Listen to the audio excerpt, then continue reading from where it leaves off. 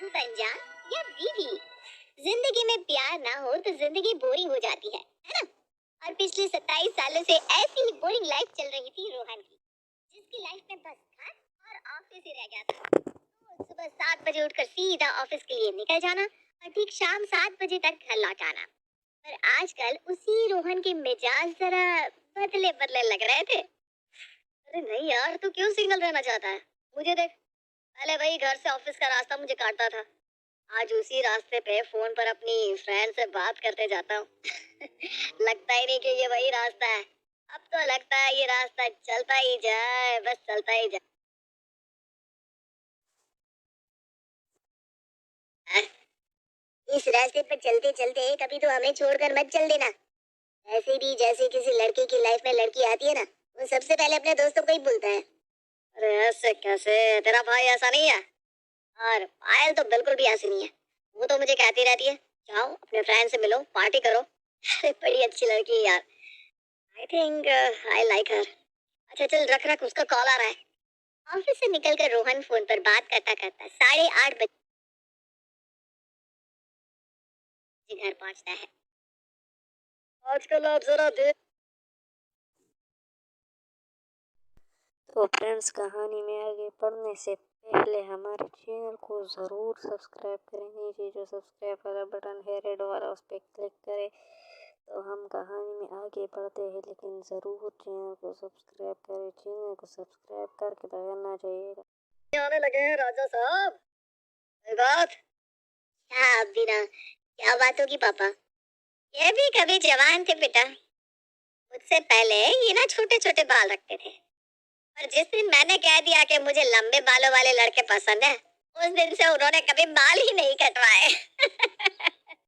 जब भी किसी लड़के के जीवन में कोई लड़की आती है ना, तो उसकी हरकतों में वो साफ साफ दिखने लग जाता है।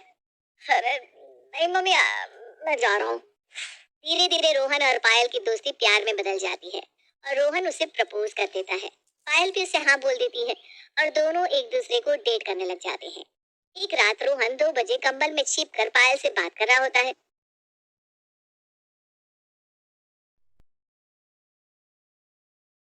पर वो इतनी जोर से बात कर रहा था कि उसकी आवाज उसके पापा मम्मी के बेडरूम तक पहुंच जाती है। और उसकी आवाज को सुनकर प्रिया चुपके से आकर अपने बेटे के कंबल के अंदर मुंह डालकर कहती है, ऐसी बातें करनी है ना तो जरा धीरे कर ले बेटा, घर में तेरे मम्मी पापा भी हैं। ऐसे तो बड़ा शर्माता है, और अभी अपनी प्राइवेट बातें इतने जोर जोर से कर रहा है, सब कुछ साफ साफ सुनाई दे रहा है हमें। मम्मा अम्मा, अम्मा मम्मा क्या कर रहा है? हाँ, कब ला रहा है हमारे बेटे को घर? या इस तरह से बात करके छोड़ देने का इरादा है इसे? और अगर ये पसंद नहीं ना, तो मैं तेरे लिए शर्मा जी की बेटी फाइनल कर देती हूँ। नहीं नहीं नहीं मम्मी, मुझे पायल पसंद है, मैं पायल से ही शादी करना चाहता हूँ। और चिट मंगनी पट ब्याह कर पायल रोहन के घर आ जाती है। शादी की पहली रात दूल्हे की तरह अपने मन में कई अरमान लिए रोहन अपने बेडरूम में आता है, जहाँ वो देखता है कि पायल किसी नई नवेली दुल्हन की तरह घूंघट ना उड़कर सर पर हाथ रखे बैठी है। अब आ रहे हो तुम? मैं कब से वेट कर रही हूँ तुम्हारा। मुझे ना बड़ी घबराहट हो रही है। रोहन, मैं अच्छी बहू बन तो पाऊंगी ना? अरे हाँ, पागल क्यों नहीं। वैसे भी मेरे घर में ना सारे लोग बड़े चिल्ला है, तुम्हें कोई प्रॉब्लम नहीं आएगी। मेरे पास आओ डार्लिंग। क्या रोहन, यहाँ मैं टेंशन में और तुम्हें रोमांस सूझ रहा है। शादी करके अपने घर से तुम्हारे घर 20 किलोमीटर पास तो आ गई, अब और कितनी पास आओ? ये क्या? पायल बिस्तर की दूसरी तरफ करवट लेकर अपने आप से बातें करते करते सो जाती है। अगली सुबह पायल। उम्मीद है कि हमारे फ्रेंड्स ने हमारे चैनल को ज़रूर सब्सक्राइब किया होगा। नीचे देखिए जो रेड वाला बटन है, उस पर क्लिक किया होगा। तो कहानी में हम और भी बढ़ते हैं कि कहानी में क्या होता है, सारा कहानी को देखिएगा। तो बढ़ते हैं कहानी की तरफ।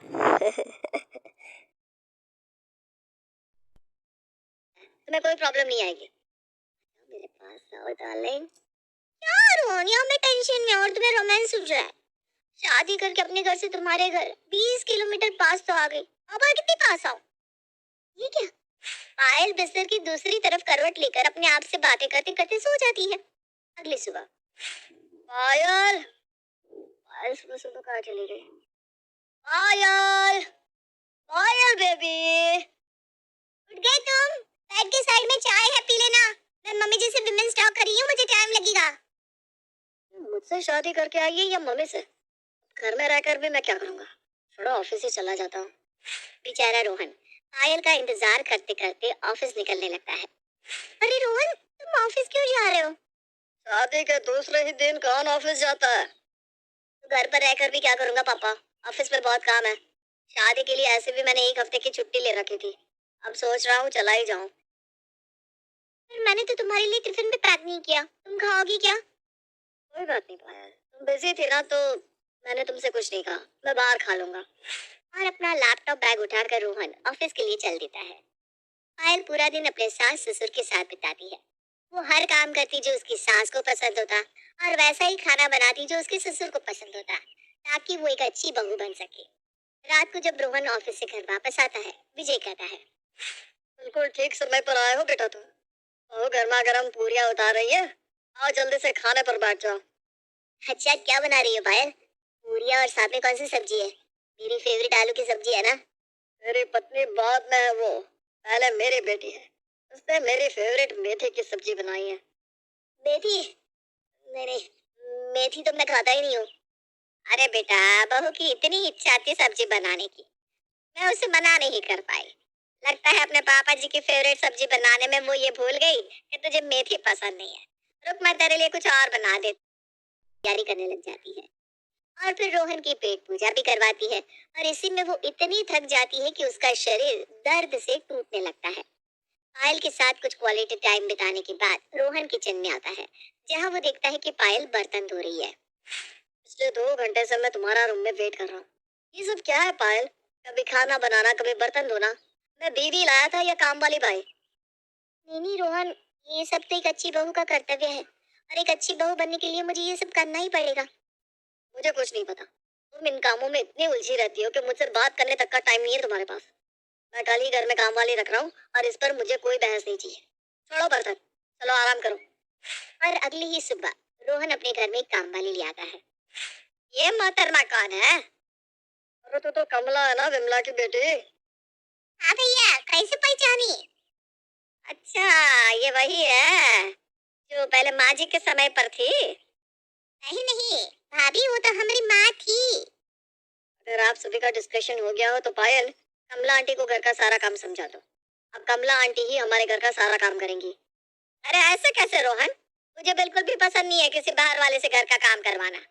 और पायल है तो संभाल तो रही है सब कुछ वो। पायल, हमारी बात हो चुकी है, तुम सब देख लेना, मैं ऑफिस के लिए निकल रहा हूँ। पायल कमला को घर की सारी चीजें समझा देती है, पर जैसे ही कमला कोई काम शुरू करने जाती, प्रिया उसे टोकने लग जाती। अरे अरे कमला, ये कौन सा झाड़ू ले लिया तूने? इस झाड़ू से तो हम बस अपने कमरे साफ करते हैं, रख इसे। ये कहते हुए प्रिया वहां से चली जाती है। प्रिया की बात सुनकर कमला दूसरा झाड़ू उठा लेती है और उसी से हॉल की सफाई करने लगती है कि तभी फिर से प्रिया वहां आ जाती है। हे भगवान, ये तो छत झाड़ने वाला झाड़ू है। पायल, तूने क्या समझाया है कमला को? एक काम नहीं हो पा रहा है इससे। एक काम कर कमला, तू ये सब छोड़ और जा जाकर किचन के बर्तन धो ले। कमला किचन के सारे बर्तन धोकर उन्हें सजाने लगती है कि प्रिया वहां आकर खड़ी हो जाती है। ये कैसे बर्तन धोया है कमला तूने? कि घर से जा चुकी थी। रात को रोहन घर आता है और देखता है कि हमेशा की तरह पायल किचन में काम कर रही है।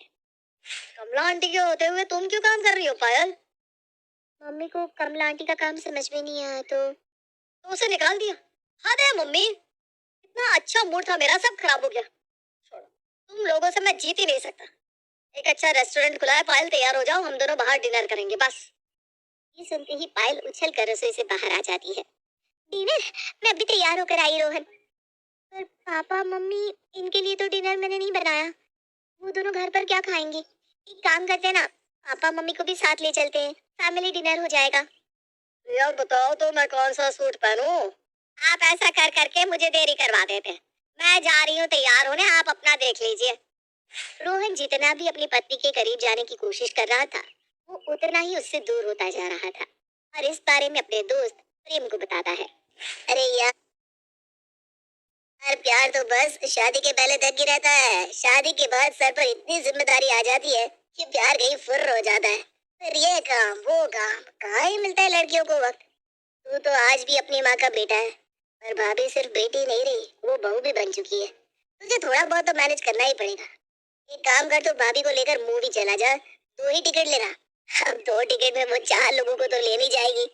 अभी कॉल करके बोल दे। हाँ, यही करता हूँ। रोहन फौरन पायल को कॉल करता है। देख लो पायल, इस बार कोई छापा मत करना। वो अपने दोस्त का कॉल कट कर देता है और झट से नंबर लगा लेता है। तो आगे देखते हैं। ये डेट सिर्फ मेरी और तुम्हारी है। 5 बजे तुम रेडी रहना। और हाँ, आज ये प्लान कैंसिल हुआ ना तो समझ लेना मैं तुमसे कभी बात नहीं करूंगा। ऐसे प्रिया की सहेलियां एक एक करके अंदर आना शुरू कर देती है। देख सीमा, ये है मेरी बहू। बिल्कुल जान का चकोर लेकर आई है तू तो। अरे काम में इतनी चतुर के पूछ मत। तेरी बहू तो तैयार बैठी है, कहीं जाने वाली थी क्या बहू तू? लगता है हम गलत टाइम पर आ गए। अरे ये कहाँ जाएगी हमें छोड़कर? ये मेरे और अपने ससुर के बिना कहीं जाती ही नहीं। आजा बहू, आंटी के पैर छू। ये है सीमा आंटी, ये विमला आंटी। रोहन दरवाजे पर पहुंचकर पायल के बाहर आने का इंतजार करता रह जाता है, पर ना तो पायल बाहर आती है, ना ही फोन उठाती है। ये लड़कियां बिना तैयार होने में इतना वक्त लेती है। आज मूवी मिस करवा के रहेंगी हमारी पायल मैडम। रोहन पायल को लेने अपने घर की ओर बढ़ता है, और जैसे ही वो घर के दरवाजे पर पहुंचता है, वो देखता है कि पायल उसकी माँ की सहेलियों से घिरी बैठी है। ये देखकर रोहन वहीं दोनों टिकट फाड़ कर फेंक देता है, और उसी वक्त से रोहन के चेहरे पर जो भी हंसी बची थी वो गायब हो जाती है। अब वो कभी भी पायल से न उसका वक्त मांगता, न उसे कहीं जाने को कहता। सुबह उठता, अपना टिफिन लेकर ऑफिस चला जाता। ऑफिस से आने के बाद भी वो कहीं खोया खोया सा रहता, न अपने पापा से न मम्मी से बात। पर प्रिया देखती है कि अपने सामने रखे खाने की प्लेट को छोड़कर रोहन सामने की दीवार पर कुछ देखे जा रहा है। क्या हो गया रे तुझे? तू तो कभी इतना शांत नहीं रहता था। विजय, आप ही पूछिए ना इससे। रोहन उठकर कमरे में चला जाता है। मुझे लगता है ऑफिस का कोई तो लफड़ा होगा, कुछ तो है। मुझे ना बड़े घबरा कर सीधा अपने कमरे में जाने लगता है। मेरा खाना अंदर ही ला देना पायल। क्यों भाई, तू अलग क्यों खाएगा? आ यहाँ बैठ। ऐसे डार्क सर्कल कर लिए तूने भाई। खैर छोड़ो, ये बताओ कि तुम दोनों हनीमून पर कहाँ गए थे? हनीमून पर तो हम गए ही नहीं दीदी। क्या, तुम दोनों हनीमून पर नहीं गए? अरे तुम दोनों में जितना प्यार था, मुझे तो लगा था जब तक मैं आऊंगी पायल मुझे गुड न्यूज दे देगी। हाँ दीदी। अच्छा तो डेट पर तो जाते होंगे ना? अभी तो तुम्हारा हनीमून पीरियड चल रहा है। शादी के बाद शायद ही हम दोनों ने एक साथ बैठकर 15 मिनट के लिए बात भी की होगी। क्या है ना दीदी, जो लड़कियां सोचती है कि उन्हें अच्छी बहू बनना है, वो अच्छी बीवी नहीं बन पाती। कोई ना, यहाँ पर मुझे कुछ ज्यादा ही ग्रांटेड ले लिया गया है। ठीक है भाई, है ना? कब तक? तुमने तो शादी के बाद रोहन को इतना ज्यादा अवॉइड कर दिया कि वो लड़का अब किसी से बात भी नहीं करता। इस तरह अगर तुम उसे अवॉइड करती रही तो कहीं ये रिश्ता टूटने की कगार पर ना आ जाए। फिर रहना अपने सास ससुर के साथ। फिर यही लोग तुम्हें कहेंगे कि बेटा अपने पति की सुनती, हमारा क्या है, कितने ही दिनों के हैं हम। और इसका छोड़ो मम्मी, ये तो तुम्हें और पापा जी को खुश करने में लगी रही, पर आप दोनों की शादी को तो 36 साल हो गए ना। आपको तो समझना चाहिए था। मेरे और रोहन के बड़े होने के बाद भी आप दोनों मूवीज जाते थे, डेट पर जाते थे, और इन दोनों को समय ही नहीं दिया आपस में घूमने का। अगर ये कहती भी कि मम्मी पापा आप लोग चलो हमारे साथ डेट पर, तो आपको बड़े होने के नाते मना कर देना चाहिए था। इतना चाहता है रोहन पायल को, और उसे पायल का ही समय नहीं मिलता, तो उसे बुरा तो लगेगा ही। कैसा उदास सा हो गया है मेरा भाई।